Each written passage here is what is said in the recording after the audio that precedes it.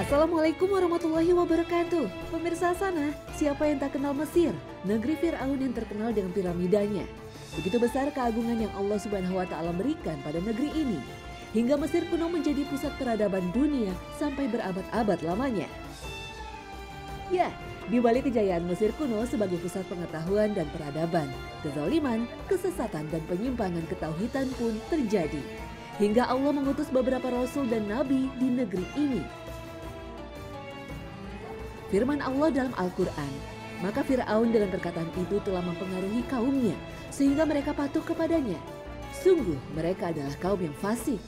Al-Quran Surah Az-Zukhruf ayat 54. Nah pemirsa, dari negeri Mesir ini pula kami memulai perjalanan menyusuri beberapa lokasi di mana para nabi dan ulama-ulama besar dunia berada.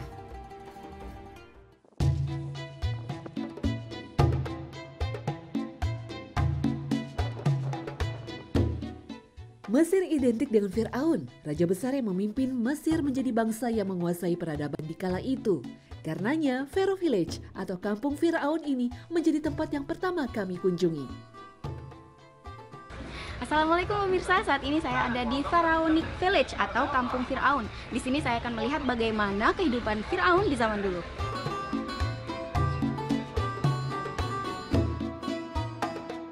Kampung Fir'aun dibangun di tengah sungai Nil, tepatnya di atas pulau Yakub di Giza, Kairo. Di sini pengunjung seolah diajak kembali ke 5.000 tahun lalu, melihat langsung potret kehidupan bangsa Mesir kuno di bawah kekuasaan Fir'aun.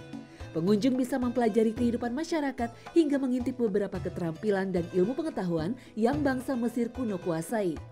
Dari atas perahu tergambar kemajuan peradaban Mesir kuno di bidang pertanian, peternakan, pembuatan kapal, hingga proses mumifikasi.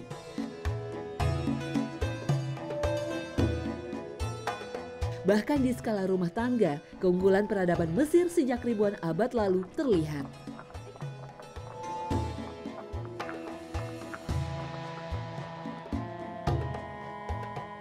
Tak hanya kebudayaan, pengunjung bisa menikmati replika kediaman Fir'aun lengkap dengan penjaganya.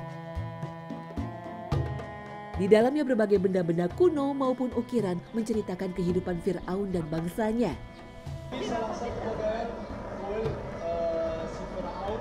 Biasanya dia bikin ruangan buat kalau ada pesta atau kalau ada hari raya, dia pakai perahu. Perahu ini namanya perahu matahari.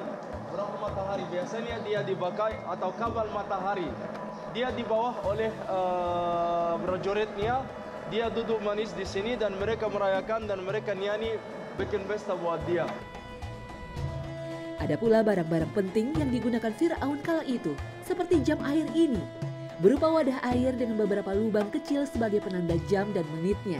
Jika air dalam wadah telah habis, artinya 12 jam telah berlalu.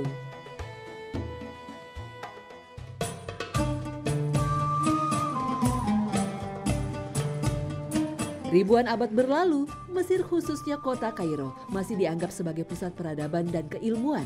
Letaknya yang berada di antara benua Afrika, Asia, dan Eropa, serta wilayah penghubung antara Laut Mediterania dan Laut Hitam dan Hindia membuatnya begitu strategis. Hingga banyak ilmuwan dan ulama-ulama besar pernah menjejakkan kaki di negeri ini. Keluarga Rasulullah SAW pun banyak hijrah ke kota Kairo. Bahkan cucu Nabi Muhammad SAW, Sayyidina Husain bin Ali, dimakamkan di sini. Sebuah masjid megah berdiri di wilayah makam untuk menghormati cucu tersayang Rasulullah SAW. Riwayat mengisahkan makam ini hanya berisi kepala Sayyidina Husain, sementara jasad beliau dimakamkan di Karbala, Irak, di mana beliau gugur. Wallahu alam. Al-Husain diterima di Mesir karena orang Mesir sangat mencintai keluarganya Nabi Muhammad SAW. Yang kedua yaitu Sayyidah Zainab.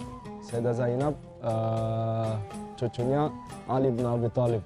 Terakhir juga dari keluarga Ahlul Bait yaitu Sayyidah Nafisah, cucunya juga Ali bin Abi Thalib.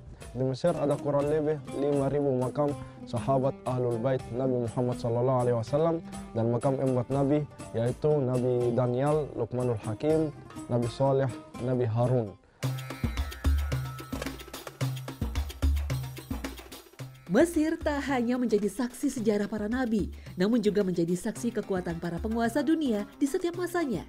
Salah satunya yang terbesar adalah Benteng Salahuddin Al-Ayyubi sebagai bukti kekuasaan dinasti Al-Ayyubi di Mesir.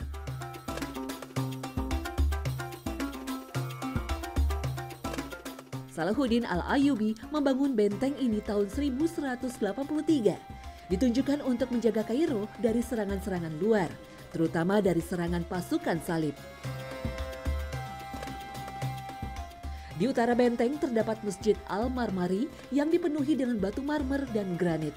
Masjid ini juga dikenal dengan Masjid Muhammad Ali. Keindahan struktur bangunannya berkiblat ala Turki Osmani dengan kubah indah yang mencapai 52 meter.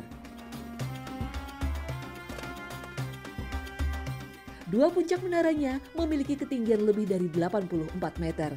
Dari tempat ini, hampir seluruh penjuru kota Kairo dapat terlihat. Sebuah karya di mana keindahan dan kekuatan berpadu. Nah pemirsa, sampai di sini akhir perjumpaan kita pagi ini. Nantikan perjalanan kami berikutnya menyusuri jejak para nabi dan ulama besar dunia. Semoga Allah Subhanahu wa Ta'ala senantiasa memberikan karunia, hidayah dan taufiknya kepada kita. Amin ya Rabbal Alamin. Terima kasih atas perhatian Anda. Wassalamualaikum warahmatullahi wabarakatuh.